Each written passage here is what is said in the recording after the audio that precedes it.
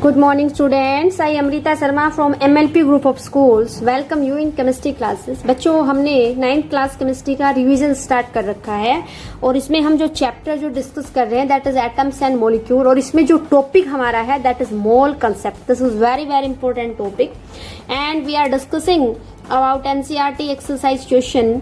तो मैं आपको मोल कंसेप्ट पे एनसीईआरटी क्वेश्चन जो करवा रही हूँ वो that is question number 10. 9th तक हम क्वेश्चन कर चुके हैं बच्चों. क्वेश्चन नंबर 10th देखिएगा बेटा. क्वेश्चन क्या है? Calculate number of molecules. क्या निकालना है बेटा? नंबर ऑफ मॉलिक्यूल्स हमें निकालना है. नंबर ऑफ मॉलिक्यूल्स, मॉलिक्यूल्स निकालने हैं. Okay. In present in 16 gram of solid sulphur. जो मास गिवन है वो है 16 ग्राम. और किसका मास है? ये सॉलिड सल्फर का मास है. मैं आपको बता दूं बच्चों, वैसे सल्फर का सिंबल एस होता है लेकिन सल्फर एक एटम की फॉर्म में एग्जिस्ट नहीं करता. सल्फर एक मॉलिक्यूल की फॉर्म में एग्जिस्ट करता है. तो यहाँ पे तो मैं सल्फर ही लिख देती हूँ. Atomic mass of sulphur, atomic mass given है. एटॉमिक मास गिवन है कितना है बच्चों? 32. तो बेटा सल्फर मैं आपको बता रही हूँ मॉलिक्यूल की फॉर्म में एग्जिस्ट करता है और सल्फर का मॉलिक्यूलर फॉर्मूला होता है बच्चों. मॉलिक्यूलर फॉर्मूले की अगर मैं बात करूँ, मॉलिक्यूलर फॉर्मूला सल्फर का ऑलवेज रिमेम्बर इट, ये S8 होता है. 8 सल्फर की यूनिट आपस में बॉन्डिंग बना करके, कोवेलेंट बॉन्डिंग बना करके आपस में जुड़ी हुई होती है. ओके. नाउ हम पहले 16 ग्राम सल्फर के मोल्स बना लेंगे और हमें पता है 1 मोल में कितने मॉलिक्यूल होते हैं एवोगैड्रो नंबर के बराबर. तो ये पॉइंट भी मैं लिख देती हूं. इन 1 mole of 1 mole number of molecules. Number of molecules 1 मोल में कितने मॉलिक्यूल होते हैं बच्चों? 6.022 10⁻23. ठीक. अब सबसे पहले हम क्या कैलकुलेट करेंगे बेटा? नंबर ऑफ मोल्स निकालेंगे. और मैंने आपको बता रखा है बच्चों नंबर ऑफ मोल्स निकालने के लिए आप गिवन मास को मोलर मास से डिवाइड करेंगे. ओके. अब हमें मोलर मास नहीं पता, मोलर मास हम निकालेंगे. बच्चों ये एटॉमिक मास है, ये मोलर मास नहीं है क्योंकि सल्फर तो मॉलिक्यूल की फॉर्म में एग्जिस्ट करता है. तो आपको मोलर मास निकालना पड़ेगा. मोलर मास ऑफ S8 कितना आ गया बच्चों? 8 इंटू 32 दैट इज 256 ग्राम. 256 ग्राम आ गया. मोलर मास आ गया है. ये मोलर मास हमने निकाला है बच्चों, मोलर मास. अब हम n निकालेंगे number of mole. Given mass कितना है? 16 ग्राम. मोलर मास कितना है बच्चों? 256 ग्राम. यहाँ पे जो नंबर ऑफ मोल्स आएंगे हमारे, जो भी वैल्यू आएगी वो क्या आएगी बेटा? नंबर ऑफ मोल्स आएगी. इसको हम सोल्व कर लेते हैं और बेटा ये हमारी वैल्यू आएगी 0.0625 मोल्स. ठीक है. इतने मोल आए. अब 1 मोल में कितने मॉलिक्यूल है, इतने मोल्स में कितने मॉलिक्यूल है, ये हम कैलकुलेट कर लेंगे. तो मैं ये ऊपर का पोर्शन रब कर रही हूँ, यहीं पे मैं न्यूमेरिकल करूंगी आगे. पहले हमने नंबर ऑफ मोल्स निकाले हैं. तो बेटा देखिएगा नंबर ऑफ मोल्स निकालें. अब हम क्या निकालेंगे? Number of molecules. 1 mole of sulphur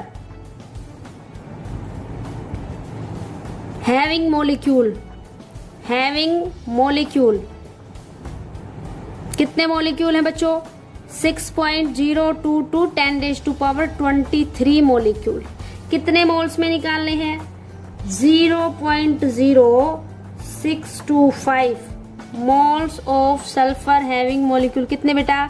6.022 10⁻23. और इसको हम मल्टीप्लाई करेंगे. किससे मल्टीप्लाई करेंगे? मल्टीप्लाई कर देंगे जिसमें हमें क्या निकालने? Number of molecules. कितना? 0.0625. And this answer comes out to be, ये हमारा आंसर आएगा 3.76 इंटू 10⁻22 मॉलिक्यूल्स. तो जब भी कभी आपको गिवन मास में मॉलिक्यूल निकालने हो तो बच्चों आप एक काम करिएगा, पहले मोल्स निकालिएगा और फिर उसको एवोगैड्रो नंबर 6.022 10⁻23 से मल्टीप्लाई कर दीजिएगा। ओके बच्चों, आई होप क्वेश्चन आपको समझ में आ गया होगा। बेटा क्वेश्चन नंबर 11 देखिएगा, calculate the number of aluminium ion present in 0.051 gram of aluminium oxide. ये एल्यूमिनियम ऑक्साइड का मास गिवन है, इसमें एल्यूमिनियम आयन कितने ये हमें निकालना है। तो बेटा एल्यूमिनियम के आयन निकालने के लिए तो हमें केवल एल्यूमिनियम के मास की जरूरत है, एल्यूमिनियम ऑक्साइड के मास की जरूरत नहीं है। तो बच्चों सबसे पहले हमें 0.051 ग्राम एल्यूमिनियम ऑक्साइड में एल्यूमिनियम कितना है ये निकालना पड़ेगा। तो इसके लिए सबसे पहले हम मोलर मास निकालते हैं Al2O3 का। Molar mass of Al2O3 aluminium oxide, इसको एल्यूमिना भी कहते हैं, ये एल्यूमिनियम का एक और है, इससे एल्यूमिनियम को एक्सट्रैक्ट किया जाता है, निकाला जाता है। तो 2 इंटू एल्यूमिनियम का मास, एल्यूमिनियम का मास होता है 27 प्लस 3 इंटू ऑक्सीजन का मास 16 और ये आ जाएगा 54 प्लस 48 इज इक्वल टू 102 ग्राम आ जाएगा। ओके बेटा, अब Al2O3 में एल्यूमिनियम का मास कितना है, 1 मोल ऑफ Al2O3 में एल्यूमिनियम का मास कितना है, 1 mole of Al2O3 having mass of aluminium कितना है बच्चों, 2 इंटू 27 इक्वल टू 52 ग्राम। देखो बेटा 102 ग्राम टोटल मास है, उसमें से 54 ग्राम किसका है, एल्यूमिनियम का। तो 102 ग्राम में कितना एल्यूमिनियम है, 54 ग्राम। 1 में कितना होगा और 0.051 ग्राम एल्यूमिनियम ऑक्साइड में एल्यूमिनियम कितना होगा, यही तो हमें फाइंड आउट करना है। फिर उसके आयंस तो हम इजीली निकाल देंगे। ओके बेटा, तो हम स्टेटमेंट लगाएंगे, क्या लगाएंगे, 102 gram of aluminium oxide Al2O3 contains aluminium, कितना एल्यूमिनियम, 54 ग्राम, और 0.051 ग्राम Al2O3 कंटेन्स एल्यूमिनियम। 1 के लिए निकालेंगे 54 डिवाइडेड बाई 102 मल्टीप्लाई कर देंगे 0.051 और ये आपका आंसर आ जाएगा यहाँ से 0.027 ग्राम एल्यूमिनियम। कितना आंसर आ जाएगा बेटो, 0.027 ग्राम एल्यूमिनियम आ जाएगा, कि जो हमारे पास 0.051 ग्राम एल्यूमिनियम ऑक्साइड था उसमें एल्यूमिनियम कितना है बेटा, उसमें एल्यूमिनियम है 0.027 ग्राम। अब इसमें आयन निकालना बहुत आसान है, क्योंकि जो एल्यूमिनियम का मास है उसी से ही एल्यूमिनियम के आयन बनेंगे। तो इसमें हम एल्यूमिनियम के आयन बहुत आसानी से निकाल सकते हैं, क्योंकि हमें पता है एल्यूमिनियम का मास 27 ग्राम होता है और 27 ग्राम में कितने आयन बनेंगे, एवोगैड्रो नंबर के बराबर। 1 ग्राम में कितने बनेंगे और 0.027 ग्राम ऑफ एल्यूमिनियम के कितने आयन बनेंगे, ये इजीली हम कैलकुलेट कर सकते हैं। नाउ आगे देखिएगा बच्चों, 0.051 ग्राम ऑफ एल्यूमिनियम ऑक्साइड में एल्यूमिनियम का मास हमने निकाल लिया है। अब एल्यूमिनियम का जो एटॉमिक मास है, एटॉमिक मास तो हमें पहले ही पता है 27 होता है, और 27 ग्राम अगर मैं यहाँ पे लगा दूं तो इसमें एल्यूमिनियम के कितने आयन होंगे, एवोगैड्रो नंबर के बराबर, क्योंकि आपको पता है एटॉमिक मास है जो वो 1 मोल का मास है। तो हम स्टेटमेंट लगाएंगे 27 ग्राम ऑफ एल्यूमिनियम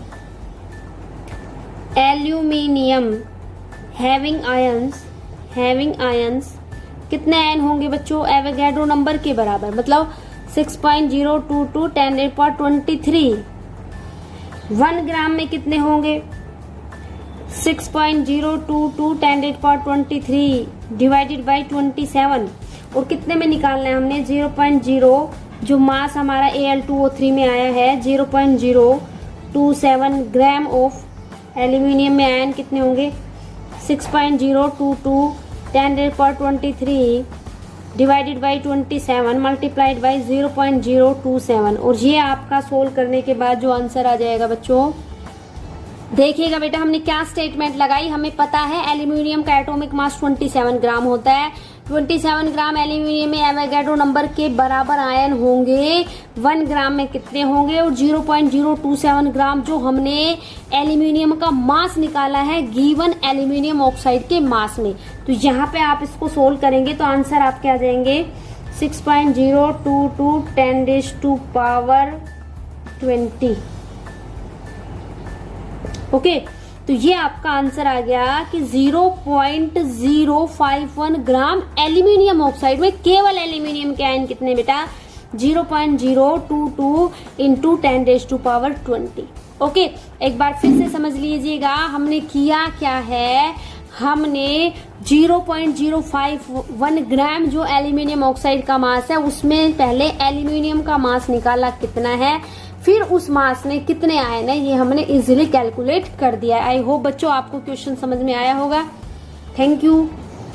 नेक्स्ट बच्चों, इस चैप्टर से कुछ इंपॉर्टेंट फॉर्मूले देखिएगा। कुछ इंपॉर्टेंट फॉर्मूले मैं आपको करवा रही हूँ। Number 1, magnesium chloride.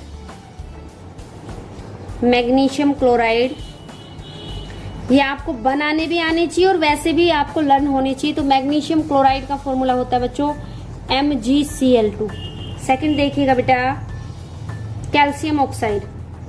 Calcium oxide, calcium oxide का फॉर्मूला होता है बच्चों CaO। इसको हम क्विक लाइम भी कहते हैं। नेक्स्ट देखिएगा बेटा, copper nitrate. Copper nitrate, copper होता है Cu, नाइट्रेट होता है NO3 और कॉपर की वैलेंसी +2 है, 2 चार्ज आएगा तो NO3 हमने कितने लेने? 2।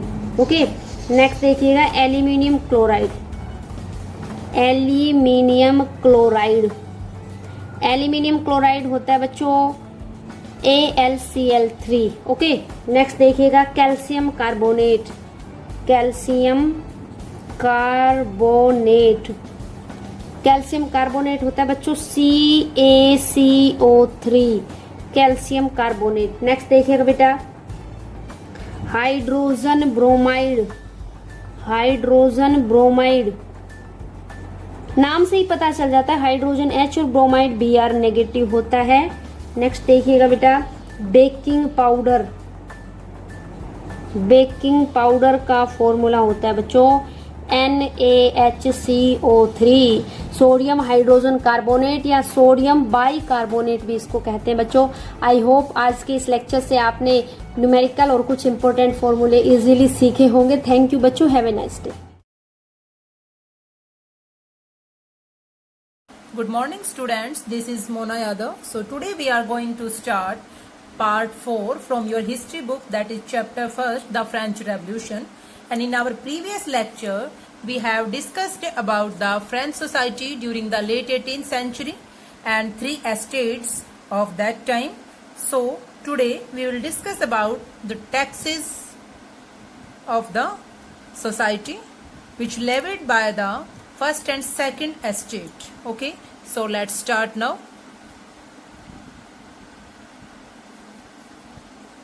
So students, tax is called tithe. The first tax was tithe, extracted from the peasants by church, and finally all members of the third estate had to pay taxes to the state. So students, जो 3 estates के बारे में हमने पढ़ा है, society में 3 estates थे, first, second and third. तो 3 वर्ग के जो लोग थे उसमें से फर्स्ट एंड सेकंड एस्टेट के लोग कोई भी टैक्स पे नहीं करते थे। कंप्लीट जितने भी टैक्सेस पे करते थे वो थर्ड एस्टेट के लोग करते थे। सो टैक्स का एक हिस्सा जो था वो चर्च भी वसूल करता था, जिसको हम कहते थे tithe. That was called tithe, it's was the name of tax. Okay, These included a direct tax called tithe. ठीक है, second tax was tithe. There were 2 taxes. First was tithe and second was tithe. Okay, तो एक तरह से जो tithe जो tax था उसको ये एक रिलीजियस टैक्स था। ऊपर से थर्ड एस्टेट के जो कंप्लीट पीपल थे वो गवर्नमेंट को ये टैक्स तो देते ही थे, साथ में इनमें जो सेकंड टैक्स है टाइल, ये एक डायरेक्ट टैक्स था। एंड बहुत सारे इनडायरेक्ट टैक्सेस भी थे which were levied on articles of everyday consumption, for example salt और टोबैको। इस तरह की एवरीडे जो डेली यूज की थिंग्स थी, जैसे कि नमक, तंबाकू, इस तरह की चीजों पे जो टैक्स लगता था, इस तरह से बहुत सारे इनडायरेक्ट टैक्सेस भी थे। The burden of financing activities of the state through taxes was borne by the third estate alone.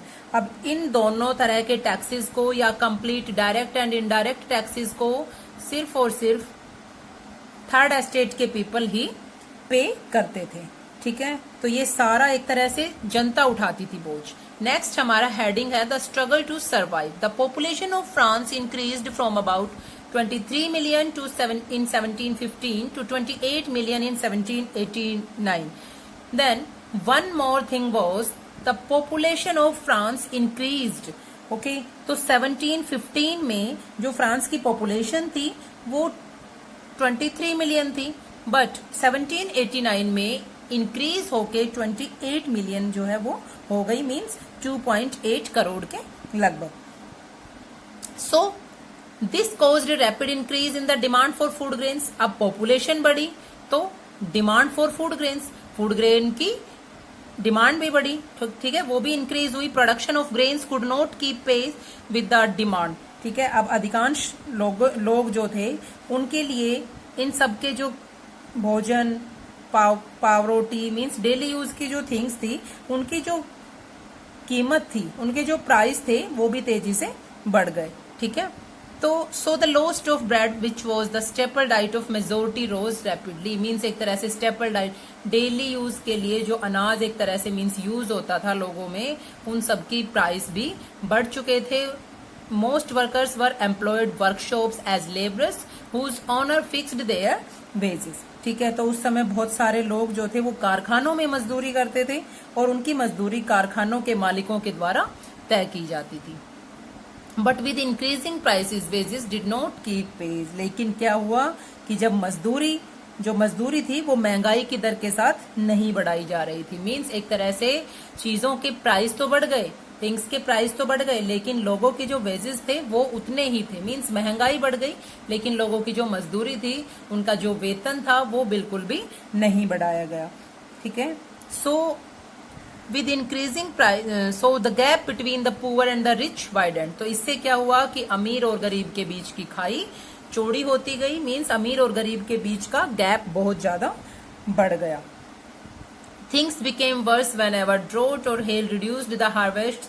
This caused to a subsistence crisis. ठीक है, तो चीजें और भी खराब कब हो जाती थी, जब किसी तरह से सूखा पड़ जाता था या ओले वगैरह के प्रकोप से फसलें खराब हो जाती थी, तो इससे रोजी रोटी की समस्या उत्पन्न हो जाती थी। ठीक है, this cause to a subsistence crisis. तो इसको हम सबसिस्टेंस क्राइसिस की समस्या बोलते हैं। Something the occurred frequently in France during the old regime. ठीक है, ऐसे जीविका संकट उत्पन्न होना प्राचीन राजतंत्र के दौरान फ्रांस में एक आम बात थी। मीन्स मैंने आपको बताया कि 1789 से पहले, फ्रेंच रेवोल्यूशन के स्टार्ट होने से पहले वहां पे ओल्ड रिजाइम था, प्राचीन राजतंत्र था। ठीक है, तो ये इस तरह की सिचुएशन क्रिएट होना नॉर्मल थिंग था वहां पे। तो सबसिस्टेंस क्राइसिस क्या होता है कि जब हम अपनी बेसिक नीड्स को भी प्राप्त ना कर सकें। And what are our basic needs? Roti, kapda and मकान। ठीक है, मीन्स ये जो नॉर्मल थिंग्स हैं जो हमारे डेली जीवन निर्वाह के लिए आवश्यक है, उन चीजों को अगर हम गेन नहीं कर पाते हैं तो वो समस्या, जिस टाइम मनुष्य अपने लिए रोजी रोटी का भी निर्वाह करने के लिए उसको नहीं जुटा पाता है, तो सबसिस्टेंस क्राइसिस उसको हम बोलते हैं। So this called to a subsistence crisis. Okay, next point is a growing middle class envisages an end to privileges. Peasants and workers had participated in revolts against increasing taxes and food scarcity in past. अब हम देख सकते हैं कि struggle to survive means जीने का संघर्ष जहां लोग कर रहे थे, उसके बाद एक मिडिल क्लास पीपल ने विशेष अधिकार, जो प्रिविलेजेस मिले हुए थे, मैंने आपको बताया कि सारे टैक्सेस थर्ड एस्टेट के लोग ही पे करते थे, फर्स्ट एंड सेकंड एस्टेट के लोग बिल्कुल भी टैक्सेस पे नहीं करते थे। तो means special privileges provided to them, means उनको स्पेशल अधिकार दिए गए थे जन्म के साथ। सो इस चीज के लिए भी अब आवाज उठाने वाले लोग आए, जो कि कौन सा, मिडिल क्लास पीपल लोग थे, पीजेंट्स एंड वर्कर्स। ठीक है, तो पहले भी जब टैक्सेस बढ़े थे, अकाल पड़ा था, तो पीजेंट्स वर्कर्स विद्रोह कर चुके थे, had participated in revolts against increasing taxes and food scarcity in the past. ठीक है, इन सब चीजों के लिए पहले भी रिवोल्ट हो चुके थे, but they do not have the means and programmes to carry out full scale measures that would bring about a change in the social and economic order.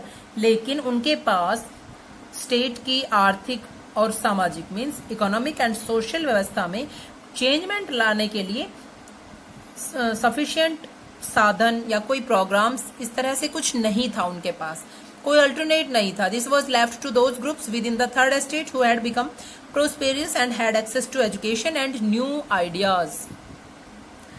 अब हम देखेंगे कि ये जिम्मेदारी अब किन लोगों ने उठाई।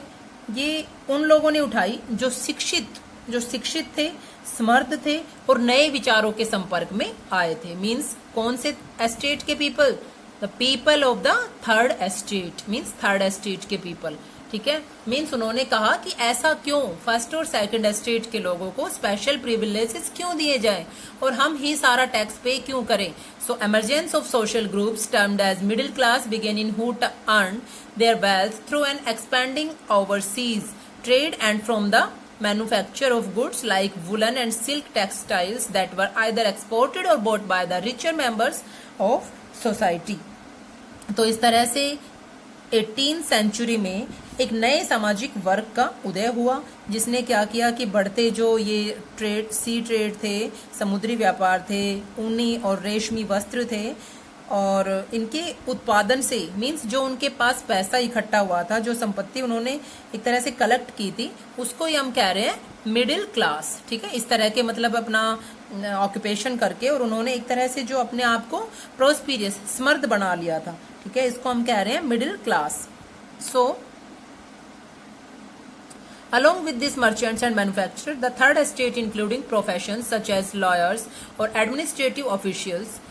मैंने आपको बताया था कि फर्स्ट एस्टेट, सेकंड एस्टेट को छोड़ के थर्ड एस्टेट में सारे मिले जुले लोग थे, जिसमें कुछ रिच पीपल्स भी थे और कुछ पुअर पीपल्स भी थे। ठीक है, तो एक तरह से ऊनी और रेशमी कपड़ों का या तो दूसरे देशों में उसको एक्सपोर्ट किया जाता था, या समाज के जो प्रॉस्पेरियस पीपल थे उसको खरीद लेते थे। तो थर्ड एस्टेट के लोगों में इस तरह के जो सौदागर थे, इनके अलावा कुछ लॉयर्स वगैरह जैसे वकील वगैरह या प्रशासनिक अधिकारी, इस तरह के लोग भी उसमें थे। These all were educated and believed that no group in society should be privileged by birth. ठीक है, तो इनका एक विचारधारा थी कि किसी भी व्यक्ति की सामाजिक हैसियत का निर्धारण उसकी योग्यता के आधार पर होना चाहिए। उनका मत था, ये कहना था उनका, क्योंकि ये सभी पढ़े लिखे लोग थे, कि समाज के किसी भी समूह को जन्म के साथ कोई अधिकार नहीं मिलना चाहिए। Although social position of a person must depend on his merit, उसकी योग्यता के आधार पर उसको कुछ मिलना चाहिए, अदरवाइज जन्म के साथ, बर्थ के साथ उनको किसी तरह का कोई प्रिविलेजेस नहीं मिलना चाहिए। ठीक है, next, these ideas envisaging a society based on freedom and equal laws and opportunities for all were put forward by philosophers such as John Locke, Jean-Jacques Rousseau। Okay, तो इसमें अब हम पढ़ेंगे कि इस तरह की जो आइडियोलॉजीज थी, जो लोग सोच रहे थे कि ऐसा नहीं होना चाहिए, तो स्वतंत्रता, समानता और समान अवसरों के विचारों पर जो आधारित समाज की ये एक कल्पना थी, जो इमेजिनेशन था, ये जॉन लॉक और जॉक रूसो जैसे दार्शनिकों ने, जैसे फिलोसोफर्स ने प्रतिपादित की थी, मीन्स उसको बताया था। ठीक है, तो इसमें एक तरह से हम कह सकते हैं कि कुछ फिलोसोफर्स उनके सामने आए, लाइक दैट जॉन लॉक, रूसे। ठीक है, तो ये मेन फिलोसोफर्स थे जिनकी आइडियोलॉजी के ऊपर चलकर थर्ड एस्टेट के पीपल्स ने इस तरह से उनकी जो आइडियोलॉजी थी उसको सोसाइटी को शो करने की हिम्मत की, उसको दिखाने की हिम्मत की कि हम किस तरह से अपने लिए भी हम स्पेशल प्रिविलेजेस ना लेके किस तरह सबको सोशल इक्वालिटी का जो एक पॉइंट है वो शो कर सकते हैं। ओके, तो जॉन लॉक की एक बुक थी टू ट्रीटिटाइज ऑफ गवर्नमेंट। ठीक है, तो अपनी जो बुक थी टू ट्रीटिटाइज ऑफ गवर्नमेंट, इसमें जॉन लॉक ने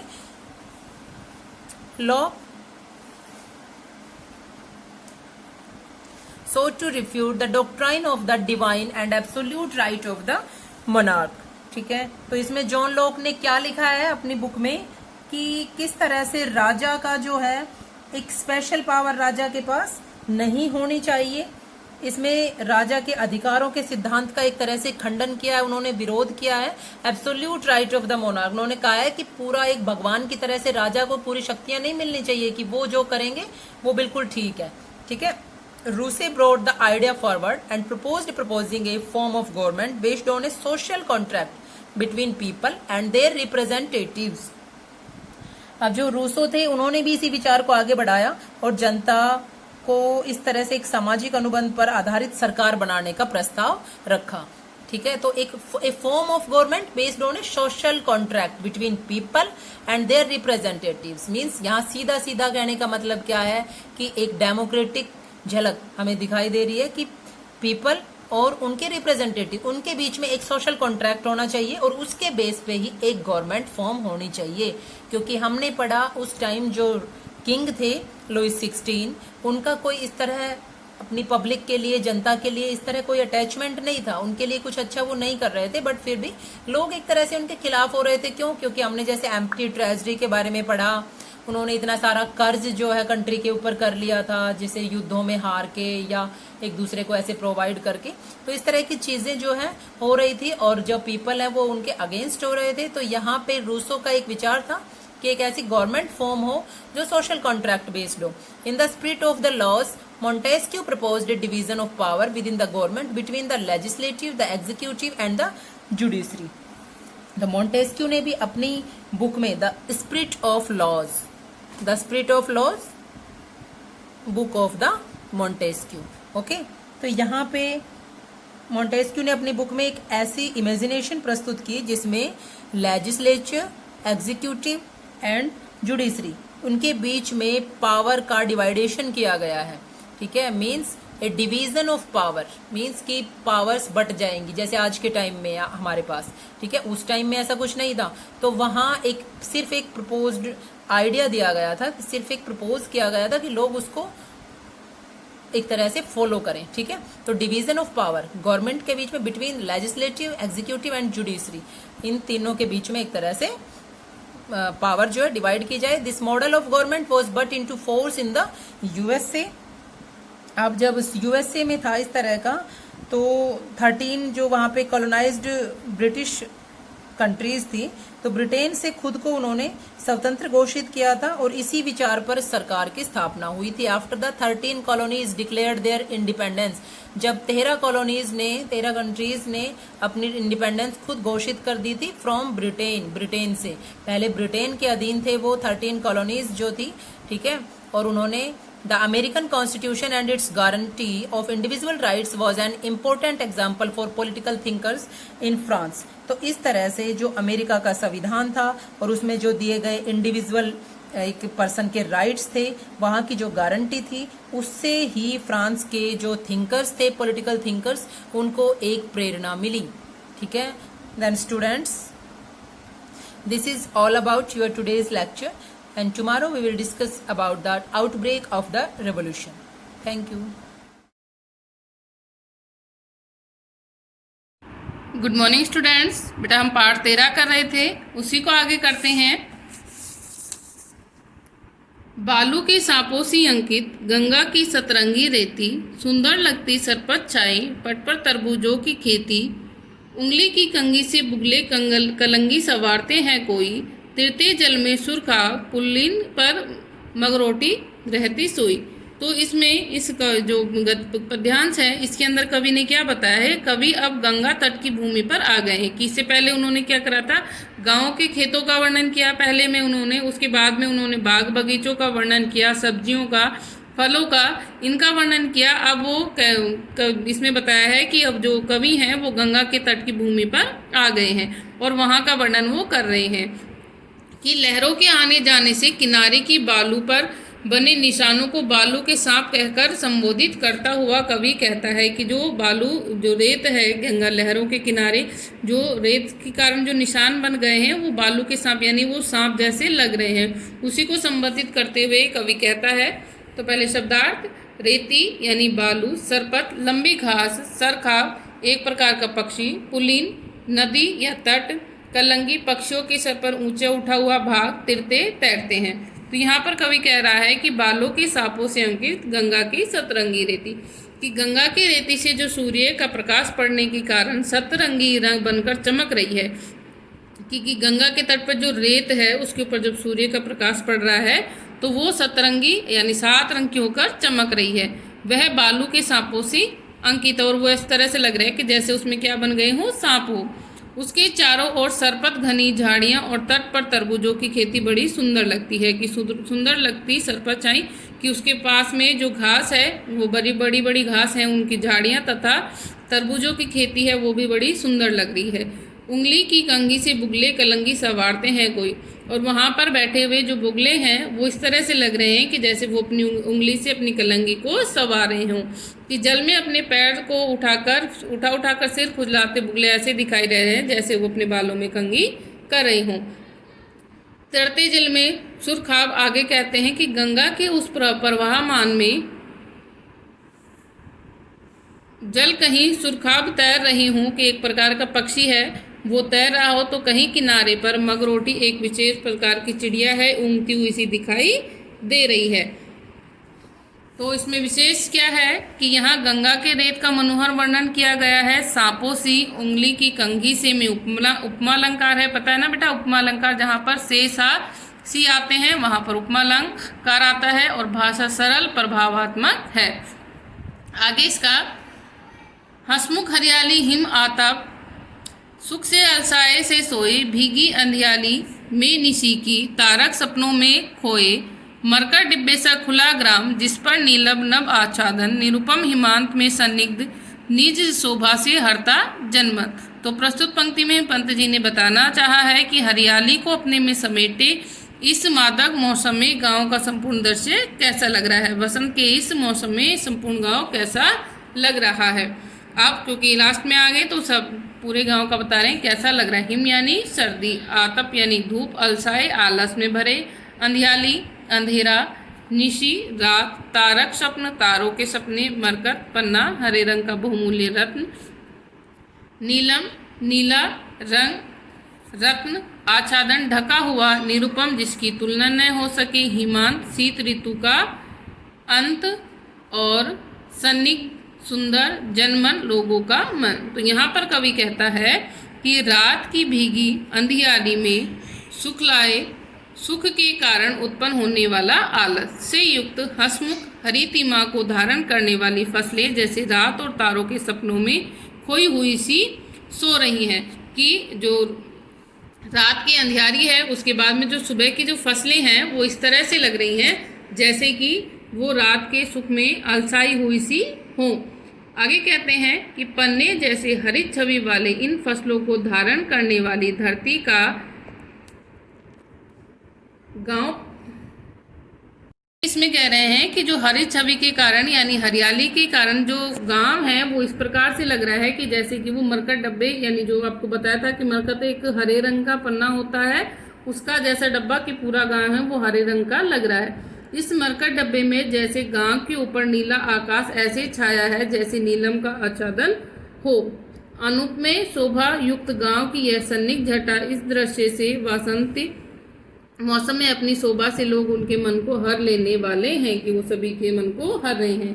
कि हंसमुख हरियाली हिम आतप सुख से अलसाए से सोए, कि जो पेड़ पौधे हैं जो फसलें हैं वो ऐसे लग रहे हैं कि जैसे रात में वो सुख से सोए हुए हैं, आलस सुबह वो हल्की हल्की जब धूप निकली है तो ऐसे लग रहे हैं अलसाए हुए से हैं।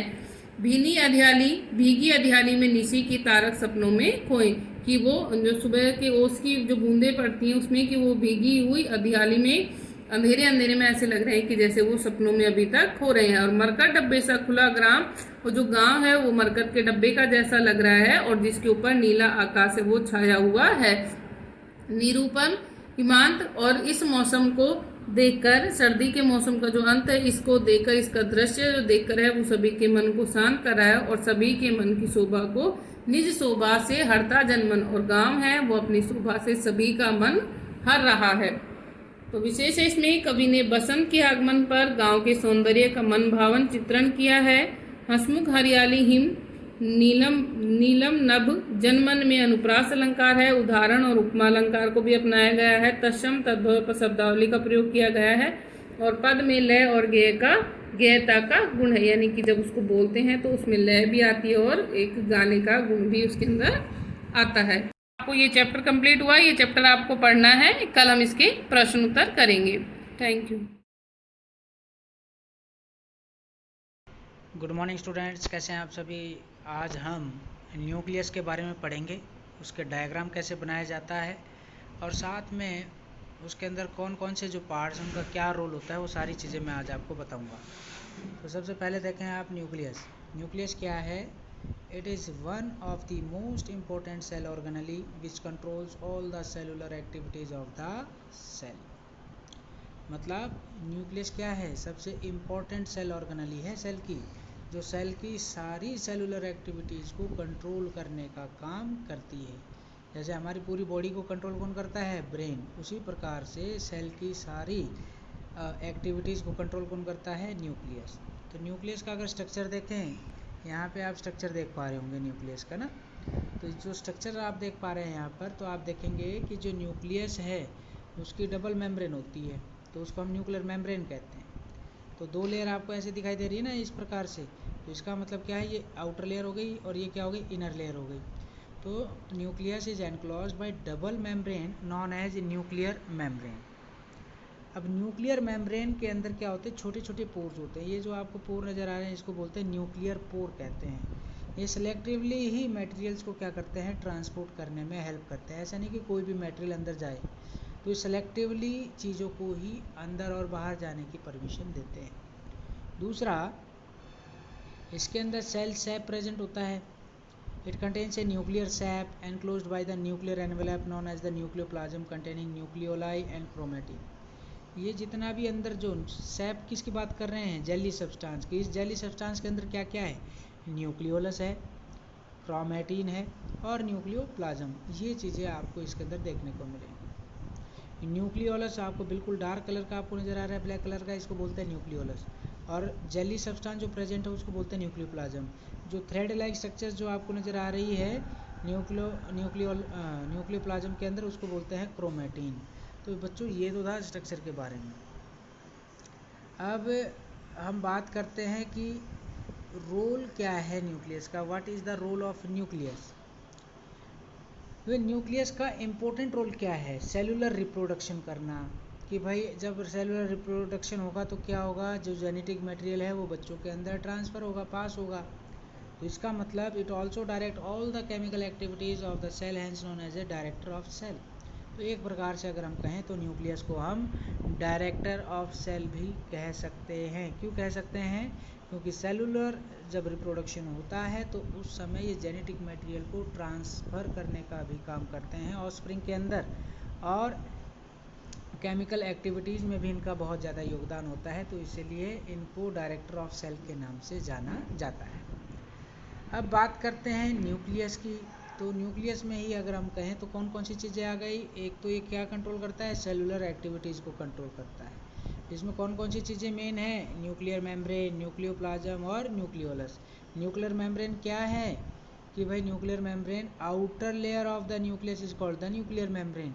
जिसके अंदर छोटे छोटे क्या होते हैं? पोर्स प्रेजेंट होते हैं। उनको क्या बोलते हैं हम? न्यूक्लियर पोर कहते हैं। अब बारी आती है यहाँ पर कि जो न्यूक्लियोलस है is the site of ribosomal RNA formation. मतलब न्यूक्लियोलस एक साइट है जहाँ पर राइबोसोमल आरएनए की क्या होती है? फॉर्मेशन होती है। मतलब आरएनए बनेगा, उसमें राइबोसोम्स क्या होंगे? प्रेजेंट होंगे। नेटवर्क है जो न्यूक्लियो प्रोटीन फाइबर्स का, उसको कहा जाता है क्रोमेटिन। मैंने बताया था अभी, जैसे ये न्यूक्लियस का स्ट्रक्चर है और इसके अंदर जो थ्रेड लाइक स्ट्रक्चर जो नज़र आती है ना, उसको क्या कहते हैं? क्रोमेटिन। जब सेल डिवीजन होता है तो ये क्रोमेटिन क्रोमोसोम्स में क्या होते हैं? कन्वर्ट हो जाते हैं। तो क्रोमेटिन के अंदर क्या क्या प्रेजेंट होते हैं बच्चों? डीएनए, हिस्टोन जिसको हम बेसिक प्रोटीन कहते हैं, नॉन हिस्टोन प्रोटीन्स और आरएनए, ये चीज़ें पाई जाती हैं। क्रोमेटिन के अंदर क्या क्या मिल रहा है? जेनेटिक मटेरियल है ना, डीएनए भी है, आरएनए भी है और प्रोटीन्स भी हैं। प्रोटीन कौन कौन से? बेसिक प्रोटीन मतलब हिस्टोन्स और नॉन हिस्टोन प्रोटीन्स, आप ये दोनों चीज़ें देख सकेंगे यहाँ पर।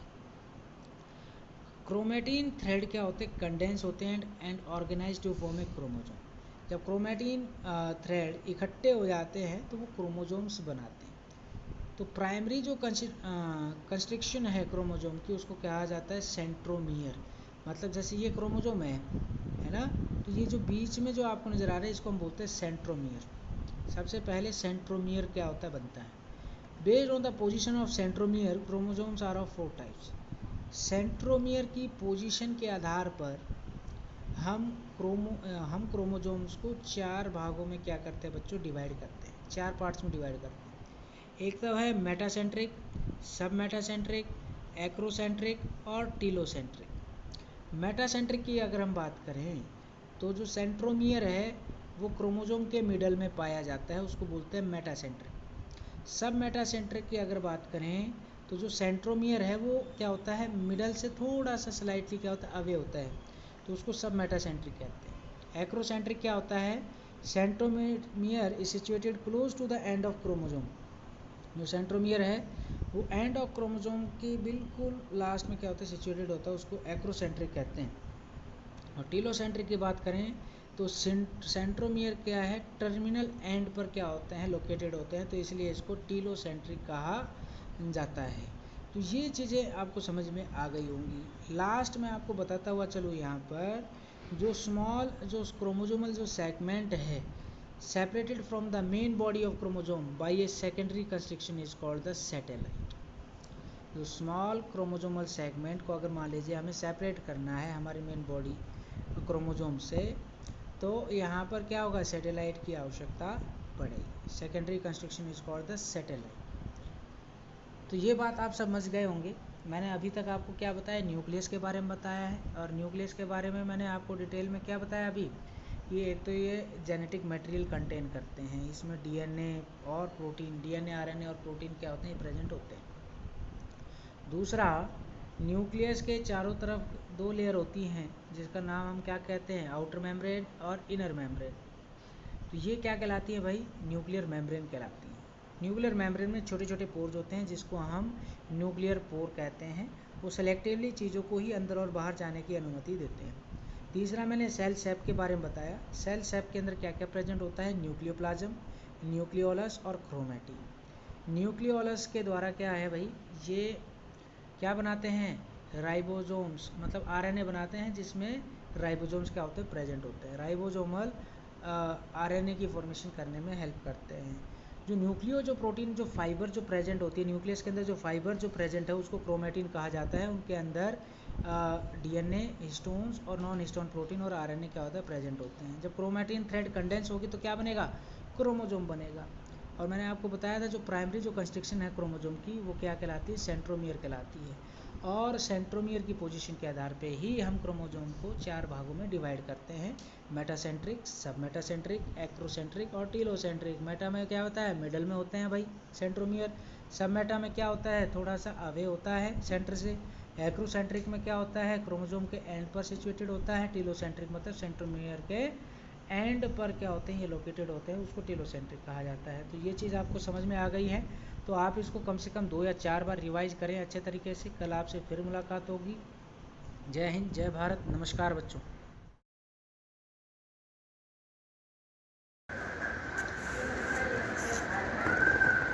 Welcome my dear students in YouTube class.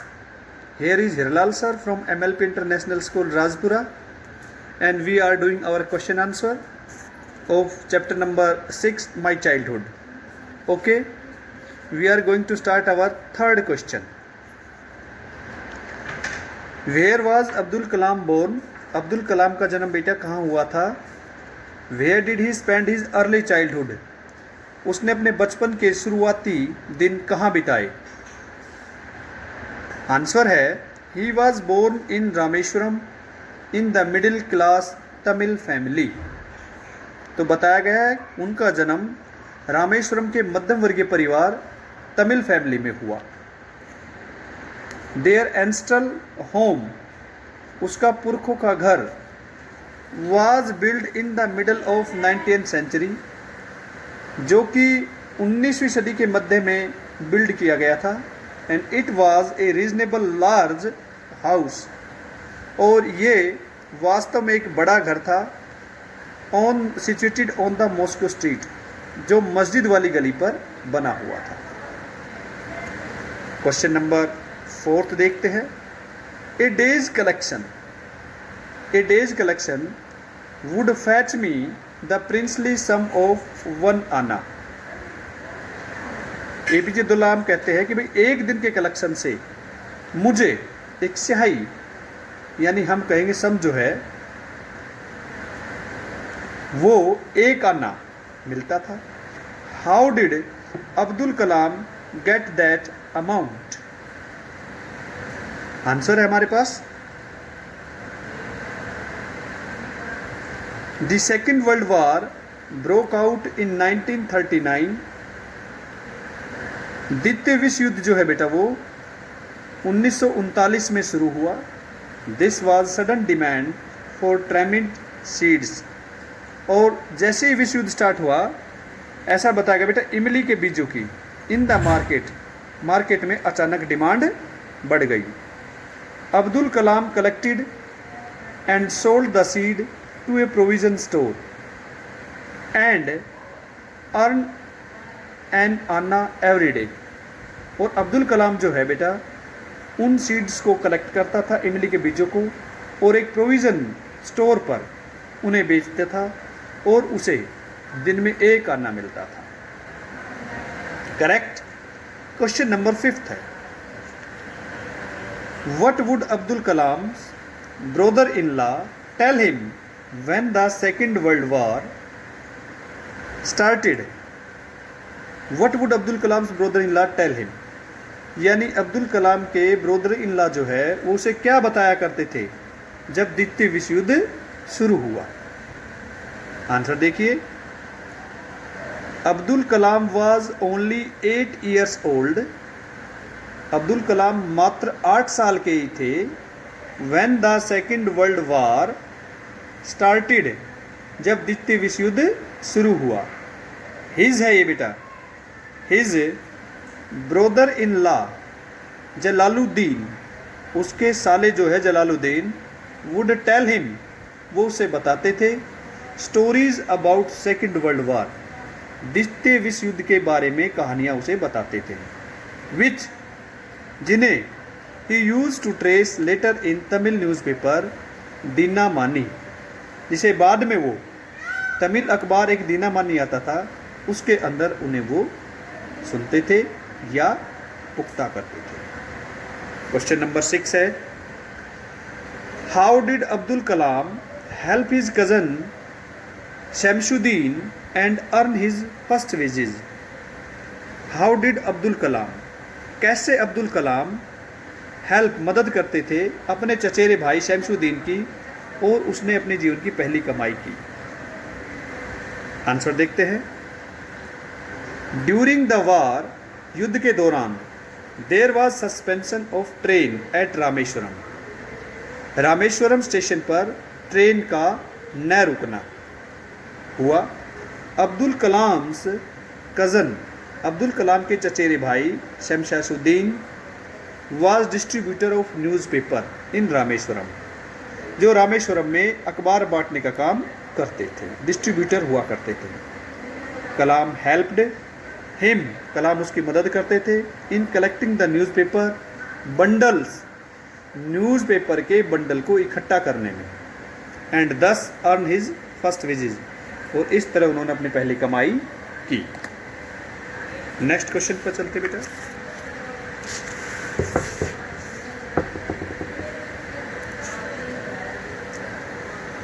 Why was Abdul Kalam asked by the new teacher to sit at the back bench? Why was Abdul Kalam asked? Abdul Kalam को बेटा क्यों कहा गया by new teacher, नए अध्यापक के द्वारा, to sit at the back bench, कि आप पीछे बेंच पर बैठ जाएं? Abdul Kalam was sitting on the front bench. Abdul Kalam जो है बेटा फ्रंट बेंच पर बैठे हुए थे विद हिज क्लोज फ्रेंड, अपने पक्के मित्र के साथ, रामानंद शास्त्री के साथ। Who was son of highest priest, जो कि एक उच्च पुजारी के लड़के थे। The new teacher asked Abdul Kalam, नए अध्यापक ने Abdul Hello students, this is Jyoti ma'am, your maths teacher. Let's start today our maths class. Chapter 12, 12.2 exercise. Question number 7th. Question number 7th है, a kite is in the shape of a square with a diagonal 32 cm and an isosceles triangle of base 8 cm and sides 6 cm each. Square given है ABCD, इसमें diagonal हमें 32 centimetre given है and other triangle given है जो हमें third part लिखा है, उसमें बेस कितना है 8 सेंटीमीटर है और ये आइसोसेलेस ट्राइंगल है और साइड कितनी है 6 centimetre. Is to be made of 3 different shade of show in the figure. 3 different shade है, first, second and third. How much paper of each side has been use in it, कितना पेपर इसको बनाने के लिए use होगा तो वो हमें फाइंड करना है। सबसे पहले let A B C D is a square, A B C D square है and side of A B C D जो हम लेट कर लेते हैं वो क्या है, let side of a square equals to में a centimetre and diagonal AC equals to में BD गिवन है हमें 32 सेंटीमीटर। अब हम लेंगे in triangle, in right angle triangle ABC। Right angle triangle ABC में क्या होगा, a square plus a square is equal to में डायगोनल क्या है 32 स्क्वायर। Using Pythagoras theorem. यहाँ से आ गया 2a square is equal to में 32 का स्क्वायर होगा 1024, then a square is equal to में 1024 बाई में 2, 2 से कैंसिल करेंगे, 2 5 जा 10, 2 1 जा 2, 2 2 जा 4। a स्क्वायर हमारे पास क्या आ गया 512। अब a हमारे पास क्या थी, साइड है स्क्वायर की, ए स्क्वायर का मतलब साइड इनटू में साइड 512 सेंटीमीटर स्क्वायर। अब साइड इनटू साइड क्या होता है, area of square. Area of square क्या आ गया 512 सेंटीमीटर स्क्वायर। नेक्स्ट अब इसमें क्या है, जो एरिया ऑफ स्क्वायर जो के जो डायगोनल्स हैं AC एंड BD, जो BD डायगोनल्स है वो स्क्वायर ABCD को डिवाइड करता है 2 कॉन्ग्रुएंट ट्राइंगल्स में। Diagonal BD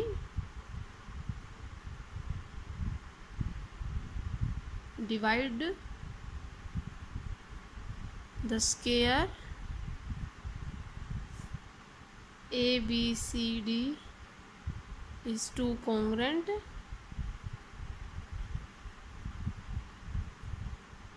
triangles। 2 congruent triangles में डिवाइड करता है। It means area of first shaded part, area of first part equals to होगा एरिया ऑफ सेकंड पार्ट। दोनों पार्ट का एरिया इक्वल होगा और दोनों का एरिया किसके इक्वल होगा, कंप्लीट एरिया के हाफ के इक्वल होगा। 512 कैंसिल करेंगे, 2 2 जा 4, 2 5 जा 10, 2 6 जा 12। तो हमारे पास area of first and second part का एरिया कितना आ जाएगा 256 सेंटीमीटर स्क्वायर। ये each part of first and second का एरिया है। नेक्स्ट हमें फाइंड करना है area of third part. Area of third part, area of third part के एरिया के लिए हमें ट्राइंगल गिवन है जिसकी side 6 centimetre, 6 centimetre and 8 centimetre given है। तो सबसे पहले हम क्या लेंगे इसमें, एस। एस क्या होता है, सेमी पैरामीटर। सेमी पैरामीटर किसके इक्वल होगा, sum of all sides 6 + 6 + 8 divide by 2। Then 6 + 6 12, 12 + 8 20, 20/2 10 centimetre. ये हमारे पास क्या आ गया, एस सेमी पैरामीटर। अब हमें फाइंड करना है एरिया, एरिया ऑफ ट्रायंगल।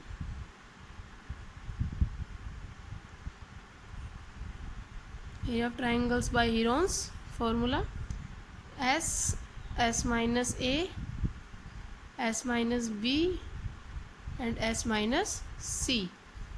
अब एस क्या है 10, S minus A 10 - 6, S minus B 10 - 6, S minus 6 C 10 - 8। इसको सोल्व करेंगे 10, 10 - 6 4, 10 - 6 4, 10 - 8 2।